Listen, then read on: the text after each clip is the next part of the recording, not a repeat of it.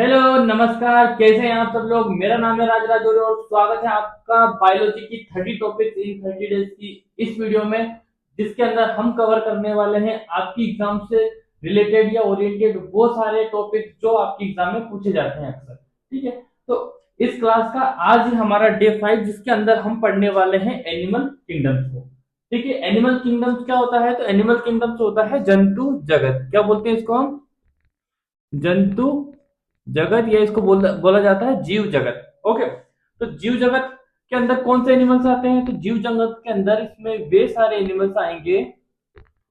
ठीक है, इसमें वे जीव आते हैं जो क्या होते हैं, बहुकोशिकीय होते हैं। मेजरली क्या होते हैं? सारे बहुकोशिकीय होते हैं। और क्या होते हैं? यूकेरियोटिक्स होते हैं। ओके, पोषण इनके अंदर विषम प्रकार का होता है। विषम पोषी या परपोषी होते हैं। ये दूसरे जीवों पर आश्रित रहते हैं। क्या करते हैं? दूसरे जीवों से अपना भोजन प्राप्त करते हैं। अगला है, ये चल फिर सकते हैं। क्या कर सकते हैं? एक स्थान से दूसरे स्थान पर जाने की कैपेबिलिटी इनके अंदर होती है। ठीक है, इसलिए क्या कर सकते हैं? ये मूवेबल होते हैं। और क्या होता है? इनके अंदर कोशिका भित्ति जो होती है, क्या होता है इनके अंदर कोशिका भित्ति प्रेजेंट रहती है। क्या होती है? कोशिका भित्ति। गलत, कोशिका भित्ति इनके अंदर नहीं पाई जाती। इसके पहले हमने पढ़ा है किसके अंदर?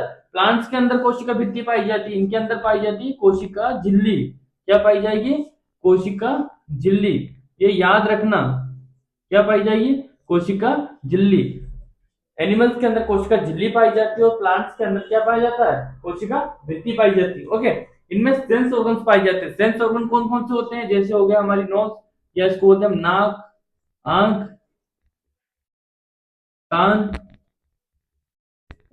ठीक है, नाक, कान, आंख, ये सब क्या होते हैं? सेंसरी ऑर्गन्स होते हैं जो किनके अंदर पाए जाते हैं? सिर्फ एनिमल्स के अंदर ही पाए जाते हैं। अगला देखो, रिप्रोडक्शन। रिप्रोडक्शन कितने प्रकार का होता है? तो रिप्रोडक्शन, इसके अंदर प्रजनन जो होता है वो लैंगिक होता है। लैंगिक मतलब इसके अंदर मेल और जो फीमेल होती है वो सेपरेट होते हैं, दोनों अलग अलग होते हैं। इसलिए रिप्रोडक्शन कैसा होता है? इनके अंदर लैंगिक होता है, सेक्सुअल होता है। शरीर का विकास कोशिका से होता है। मतलब शरीर का विकास कहां से स्टार्ट होगा? सबसे पहले बनेगी क्या? सेल। और सेल से बनेगा अंग, जिसको हम बोलते हैं ऑर्गन। ओके, यहां तक समझ में आ गया? कोई दिक्कत? ये हो गया बेसिक हमारा कि एनिमल किंगडम के अंदर जो मेन मेन कैरेक्टर्स होते हैं, की पॉइंट्स होते हैं, वो ये। फिर हमारे सामने एक और प्रश्न है कि जो एनिमल किंगडम होता है, एनिमल किंगडम के अंदर हमने बहुत सारे एनिमल्स को रखा, अलग अलग प्रकार के। इसके अंदर मनुष्य भी है, मनुष्य भी है, भेड़ बकरियां है, पक्षी है, उसके अलावा रेप्टाइल्स है, पानी में रहने वाले कुछ बड़े जीव हैं, ये सब इसके अंदर रखा। तो इनको अलग करने के लिए सबसे पहले एनिमल किंगडम का क्लासिफिकेशन हुआ, तो उसको कितने भागों में बांटा गया? एनिमल किंगडम का जब क्लासिफिकेशन हुआ तो उसको दो भागों में बांटा गया। कौन कौन से दो भाग? सबसे पहला जो भाग बना था, देखना, एनिमल किंगडम। एनिमल किंगडम, तो एनिमल किंगडम को दो भागों में डिवाइड किया गया, जिसमें एक थे इनवर्टिब्रेट्स। कौन कौन से? इनवर्टिब्रेट्स। और दूसरे थे वर्टिब्रेट्स। अब ये इनवर्टिब्रेट्स और वर्टिब्रेट्स क्या होता है? ठीक है, तो इसको समझाने के लिए सबसे सिंपल क्या समझना, वे जीव वे जीव जिनमें जिनमें बैकबोन जो होती है, बैकबोन को हम बोलते हैं रीढ़ की हड्डी।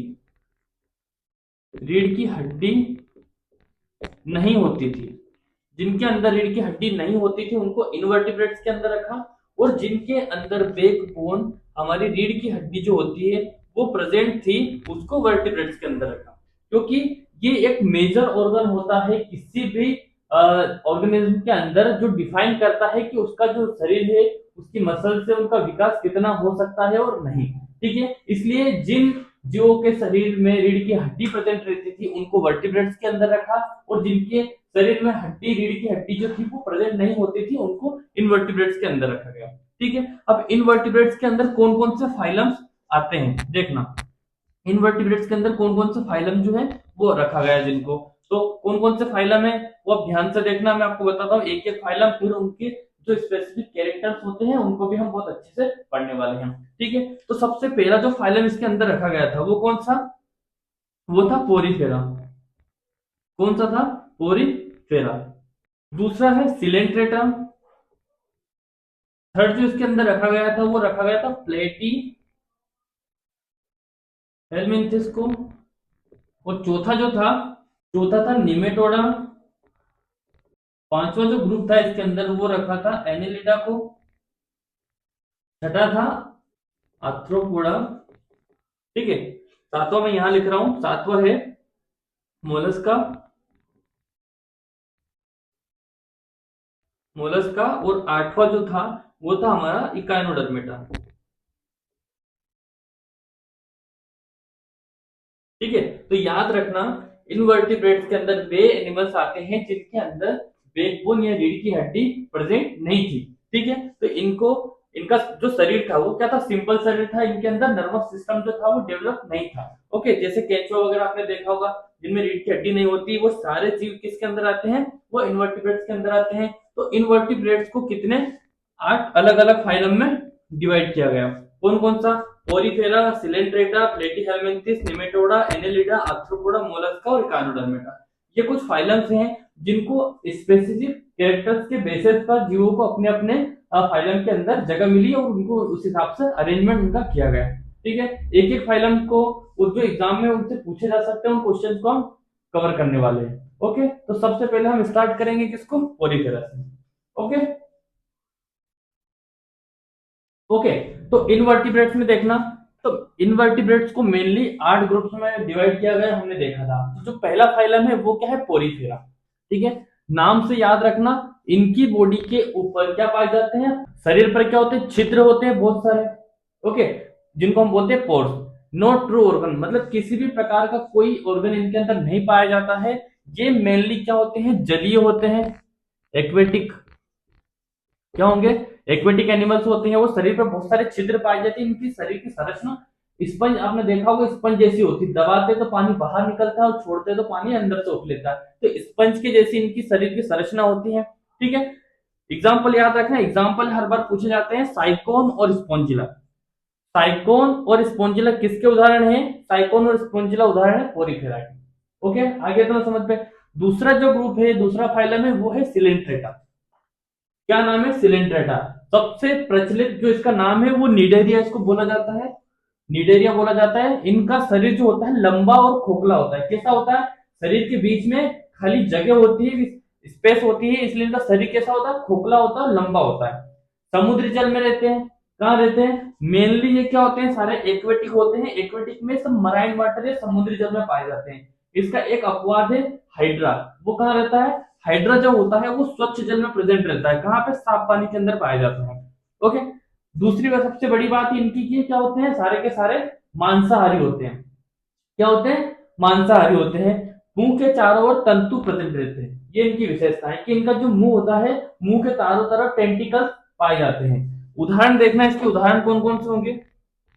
उदाहरण देखना, उदाहरण होंगे इसका हाइड्रा हो गया, ओबेलिया, ओबेलिया, कोरल और जेलीफिश आपने देखी होगी। जेली फिश, ये किसके उदाहरण है? ये उदाहरण है सिलेंट्रेटा के। सिलेंट्रेटा के उदाहरण है ये। ठीक है। यहां तक समझ में आ गया। अगला फाइलम देखना।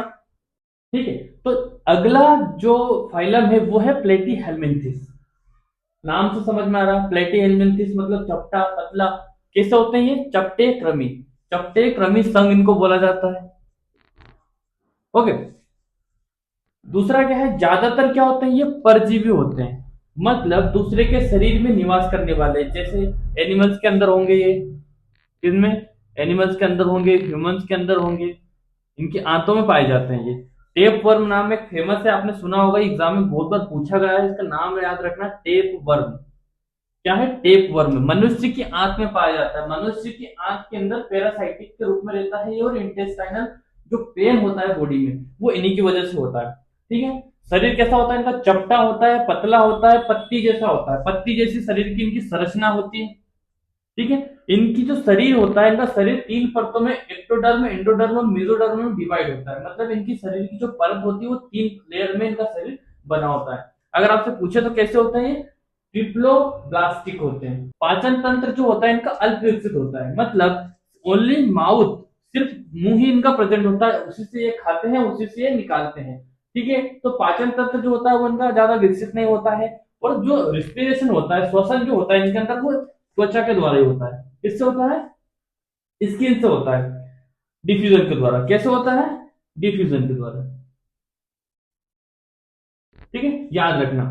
रिप्रोडक्शन इनके अंदर सबसे इंपॉर्टेंट होता है। रिप्रोडक्शन जहां से क्वेश्चन अक्सर आपसे पूछा जाता है, रिप्रोडक्शन जो होता है वो उभयलिंगी होता है। याद रखना, उभयलिंगी रिप्रोडक्शन किसके अंदर होता है? प्लेटिहेल्मिन्थेस के अंदर। तो उभयलिंगी का मतलब क्या होता है? उभयलिंगी का मतलब होता है कि केवल एक ही शरीर होता है, मेल या फीमेल। बॉडी के अंदर मेल ऑर्गन भी प्रेजेंट रहते हैं और फीमेल ऑर्गन भी प्रेजेंट रहते हैं, उसे बोलते हैं उभयलिंगी। ठीक है, मतलब एक्सटर्नल किसी भी मेल या फीमेल की आवश्यकता नहीं होती है। और अपवाद क्या है इसके अंदर? अपवाद है प्लेनेरिया। अब रिप्रोडक्शन तो कैसे हो रहा है? सेक्सुअली हो रहा है, क्योंकि एक ही के अंदर होता है तो जरूरत पड़ती नहीं है। बट इसका जो एक जो सदस्य है वो है प्लेनेरिया। वो कैसा करता है? प्लेनेरिया के अंदर जो रिप्रोडक्शन होता है वो होता है रीजनरेटिव।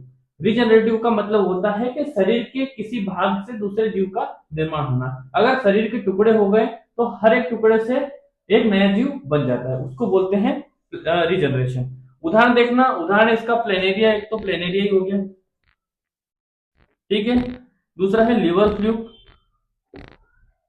लिवर फ्लूक, और एक और हमने देखा था टेप वर्म। इनसे ही सबसे ज्यादा इनसे ही सबसे ज्यादा सवाल अभी तक पूछे गए और पूछे जाते हैं, इसलिए हम सिर्फ मेन मेन चीजों को ही कवर कर रहे हैं। ठीक है, याद रखना, परजीवी के रूप में पाया जाता है टेप वर्म। प्लेनेरिया के अंदर जो जनरेशन प्लेनेरिया के अंदर जो रिप्रोडक्शन होता है वो रिजनरेटिव टाइप का होता है, उभयलिंगी होते हैं ये, और श्वसन किससे करते हैं? त्वचा के द्वारा करते हैं। ठीक है, अगला ग्रुप देखना। तो अगला जो ग्रुप है, अगला जो फाइलम है वो है निमेटोडा। इसको बोलते हैं राउंड वर्म। क्या बोला जाता है इसको? Round worm. क्यों? क्योंकि ये गोल होते हैं। कैसे होते हैं? गोल होते हैं, या धागे जैसी इनकी संरचना होती है। इनकी शरीर की संरचना कैसी होती है? धागे जैसी होते हैं। ये भी क्या होते हैं? मेनली परजीवी होते हैं, जो मनुष्यों में, जानवरों और पौधों में सभी जगह में पाए जाते हैं। सभी में कैसे रहते हैं? ये परजीवी के रूप में रहते हैं। मनुष्य से भोजन अपना प्राप्त करते हैं, जानवरों में भी रहते हैं और पौधों में भी रहते हैं। मतलब ये तीनों कैटेगरीज में ये परजीवी पाए जाएंगे आपको। ओके, अगला है द्विपाद समिति। द्विपाद समिति का मतलब होता है कि जो इनका शरीर होता है उसको आप दो भागों में बांट सकते हैं। कितने भागों में? दो भागों में आप बांट सकते हो, उसको बोलते हैं द्विपाद समिति, बायलेटरल ये होते हैं। अगला है पाचन तंत्र। जो पाचन तंत्र होता है इनका पूर्ण और विकसित होता है, जिसके अंदर माउथ और एनस, खाने और निकालने की जो जगह होती है वो अलग अलग होती है। शरीर एक पर एक आवरण पाया जाता है, हर बार शरीर पर एक आवरण पाया जाता है, जिसको क्या बोला जाता है? क्यूटिकल। हर बार यहां से ये क्वेश्चन उठ के पूछा गया है। ये क्वेश्चन सबसे ज्यादा बार पूछा गया है कि जो मेन ग्रुप निमेटोडा है इसको बोलते हैं राउंड वर्म। इन फाइलम के जो जीव होते हैं उनके शरीर पर क्या पाया जाता है? आवरण जो होता है इन ग्रुप्स के जो जीवों के ऊपर जो आवरण होता है वो काय का होता है? तो वो क्यूटिकल का आवरण होता है। किसका आवरण होता है? वो क्यूटिकल का होता है, ये आप याद रखना। प्रजनन इनके अंदर सेक्सुअल होता है, लैंगिक प्रजनन होता है, जिसमें मेल और फीमेल दोनों सेपरेट होते हैं, अलग अलग होते हैं, और मीटिंग के दौरान ही इनके अंदर रिप्रोडक्शन होता है। ओके, उदाहरण देखना, round worm, thread worm, hook worm. याद रखना, राउंड वर्म जिनके पीछे वर्म लगा हुआ है, राउंड, थ्रेड धागे जैसा, गोल, और हुक वर्म घुमा हुआ। ठीक है, तो इनको बोला जाता है क्या? निमेटोडा ग्रुप, जिसके जीवों के शरीर के ऊपर एक आवरण होता है जिसको बोला जाता है क्यूटिकल। रहेगा याद? ठीक है, आगे बढ़ते हैं, अगला ग्रुप देखना। अगला जो फाइलम है वो है फाइलम एनिलिडा। अगला ग्रुप क्या है हमारा? एनिलिडा। देखना, एक एनिलिडा की विशेषता क्या होती है, कैसे पहचानेंगे इसको? ये होते हैं सेगमेंटेड वर्म। क्या होते हैं? इनकी बॉडी पर क्या होते हैं? सेगमेंट प्रेजेंट रहते हैं। क्या होते हैं? सेगमेंट पाए जाते हैं, जिसको बोला जाता है छोटा छल्ला। मतलब लिटिल रिंग जो होती है, सेगमेंट जो इनके ऊपर सेगमेंट होते हुए ऐसे दिखते हैं जैसे कि कोई छल्ला हो। ट्रू सिलोमेट होते हैं। ट्रू सिलोमेट का मतलब होता है, एग्जाम में अगर आपसे क्वेश्चन पूछा जाता है तो ये क्वेश्चन उठा सकते हैं, क्योंकि इसके पहले हमने जितने भी फाइलम पढ़े उनके अंदर सिलोम नहीं पाई जाती है। सिलोमेट का मतलब होता है कि जो शरीर होता है उसके अंदर एक प्रॉपर गुहा होती है, एक सिलोम पाई जाती है, उसको बोलते हैं सिलोम। ठीक है। तो ट्रू सिलोमेट जो होते हैं ये ऐसे एनेलिडा ऐसे जीव होते हैं जिनके अंदर एक प्रॉपर गुहा पाई जाती है, एक प्रॉपर सिलोम पाई जाती है, इसलिए बोलते हैं इनको ट्रू सिलोमेट। ये क्वेश्चन भी पूछा जा सकता है कि ट्रू सिलोमेट किस फाइलम के जीवों के अंदर पाई जाती है, तो कौन से जीव होते हैं, फाइलम एनेलिडा के। ओके। बॉडी पर सेम क्यूटिकल का आवरण पाया जाएगा जो इनको प्रोटेक्ट करेगा। बॉडी में हीमोग्लोबिन पाया जाता है, यहाँ से हीमोग्लोबिन स्टार्ट होता है। ठीक है। कौन से जीव है, एनिलिडा। एनिलिडा के जो जीव होते हैं उनके अंदर क्या पाया जाता है, हीमोग्लोबिन पाया जाता है उनकी बॉडी के अंदर, इसीलिए उनके जो ब्लड का कलर होता है वो कैसा होगा, लाल होगा या रेड होगा। उत्सर्जन तंत्र पूछा गया है, कई बार पूछा जाता है कि नेफ्रिडिया जो है वो किस फाइलम के जीवों का उत्सर्जन तंत्र पाया जाता है। उत्सर्जन तंत्र मतलब होता है शरीर से बाहर जो भी अपशिष्ट पदार्थ शरीर के अंदर रहते हैं उन अपशिष्ट पदार्थों को शरीर से बाहर निकालने का जो तंत्र होता है उसको बोलते हैं उत्सर्जन तंत्र। और नेफ्रिडिया जो है ये किसका उत्सर्जन तंत्र है, फाइलम एनिलिडा का। तो याद रखना नेफ्रिडिया से हर बार क्वेश्चन पूछा गया है। नेफ्रिडिया क्या है, तो ये उत्सर्जन तंत्र है फाइलम एनिलिडा के जीवों का। ठीक है। रिप्रोडक्शन इनके अंदर प्रजनन जो होता है वो लैंगिक प्रकार का होता है, मोस्ट ऑफ उभयलिंगी होते हैं, मेल और फीमेल इसके अंदर अलग अलग भी होते हैं और उभयलिंगी भी होते हैं।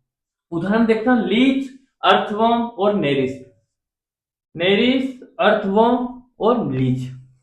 जोंक आपने देखी होगी, आपके सिरों में आपने पूछा होगी, वो जोंक और अर्थवर्म। तो अर्थवर्म के बारे में एक विशेष बात याद रखना, अर्थवर्म को किसानों का दोस्त कहा गया है। क्या कहा गया है, किसानों का दोस्त कहा गया है। ये क्वेश्चन भी कई बार आपकी कॉम्पिटिटिव एग्जाम के अंदर पूछा गया है। किसानों का दोस्त इनमें से है, कौन है, अर्थवर्म। क्यों, क्योंकि अर्थवर्म क्या करता है, मिट्टी को लगातार खाता है और निकालने का काम करता है।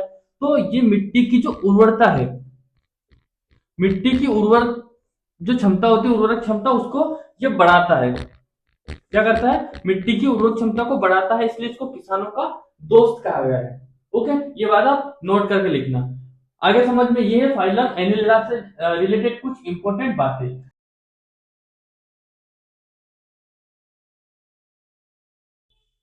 ओके, तो सबसे ज्यादा महत्वपूर्ण जो फाइलम है एनिमल किंगडम के अंदर वो क्या है, आर्थ्रोपोडा। क्या है, आर्थ्रोपोडा। क्यों, क्योंकि ये तो ये सबसे बड़ा फाइलम है। क्या है, ये सबसे बड़ा फाइलम है। एनिमल जगत का सबसे बड़ा जो फाइलम है वो कौन सा है, आर्थ्रोपोडा। ये भी आपसे एग्जाम में कई बार पूछा गया और पूछा जाता है कि एनिमल जगत का, जंतु जगत का सबसे जो बड़ा फाइलम है वो कौन सा है, आर्थ्रोपोडा है। क्यों, क्योंकि इसके अंदर बहुत सारे इंसेक्ट, बहुत सारे कीड़े मकोड़े, जितने भी संधिपात जीव जीव होते हैं वो सब इसके अंदर पाए जाते हैं। तो इस ग्रुप की या इस फाइलम की विशेषता क्या है कि इसके अंदर जितने भी जंतु पाए जाते हैं उनके जो पैरों में जॉइंट पाए जाते हैं। क्या पाए जाते हैं, पैरों में जॉइंट पाए जाते हैं, इसलिए इसको बोलते हैं संधिपात जंतु वाला ग्रुप। कौन सा है, आर्थ्रोपोडा। सभी जगह पे पाए जाते हैं, कहाँ कहाँ, ये हवा में पाए जाएंगे, आपको पानी में पाए जाएंगे, आपको मिट्टी में पाए जाएंगे, सभी जगह पर ये प्रेजेंट रहते हैं। सबसे बड़ा ग्रुप है। शरीर जो होता है इनका सिर, धड़ और पूंछ में डिवाइड रहता है। ठीक है। शरीर का जो आवरण होता है, ये आवरण पूछा जाता है, वो काय का बना रहता है। अभी इसके पहले हमने जो पढ़ा था वो क्या था, उसमें क्यूटिकल का आवरण था एनिलिडा वगैरह में। इसमें क्या का आवरण पाया जाएगा, इसके अंदर जो आवरण होगा वो होगा क्यूटिकल का। ब्लड जो होता है इसके अंदर खुला बहता है, मतलब इसके अंदर किसी भी प्रकार की कोई वेसल्स, धमनियां, शिराएं नहीं पाई जाती, डायरेक्ट ब्लड का सप्लाई होता है। श्वसन जो होता है इनके अंदर, रेस्पिरेशन, जली इंसेक्ट और स्पाइडर जो होते हैं इनमें सब में अलग अलग प्रकार का होता है। क्यों, क्योंकि सभी जगह पे पाए जाते हैं। जो जल के अंदर जीव होते हैं उनके अंदर तो होता है गिल्स के द्वारा, इनके द्वारा, गिल्स के द्वारा। इंसेक्ट जो होते हैं, इंसेक्ट के अंदर होते हैं ट्रेकिया। क्या होते हैं, ट्रेकिया। तो अगर आपसे पूछा जाए कि इंसेक्ट जो होते हैं, कीड़े मकोड़े जो होते हैं, उनके अंदर श्वसन कैसे होता है, तो ट्रेकिया के द्वारा होता है। और जो स्पाइडर या मकड़ी या बिच्छू जो होते हैं उनके होता है, तो उनके अंदर होता है बुक लंग्स। याद करके, ये सबसे ज्यादा इंपॉर्टेंट पार्ट है इस टॉपिक का। गिल्स इंसेक्ट के अंदर ट्रेकिया और स्पाइडर मकड़ियों के अंदर होता है बुक लंग्स के द्वारा। ओके। उत्सर्जन होता है मेलफिजियन और ग्रीन ग्लैंड्स के द्वारा। ठीक है। उत्सर्जन और उत्सर्जन होता है मेलफिजियन ट्यूब, जो मेलफिजियन नलिका होती है उनसे, और क्या होती है, ग्रीन ग्लैंड। ये भी कई बार एग्जाम में आपसे पूछा गया। उदाहरण देखना, बिच्छू, झींगे और मकड़ी, चींटियां, आप जितने भी ज्वाइंट वाले एनिमल्स देखते हैं वो सारे इसके अंदर आते हैं, आर्थ्रोपोडा के अंदर। ठीक है, आगे समझ में। अगला ग्रुप देखना, सातवां जो हमारा है।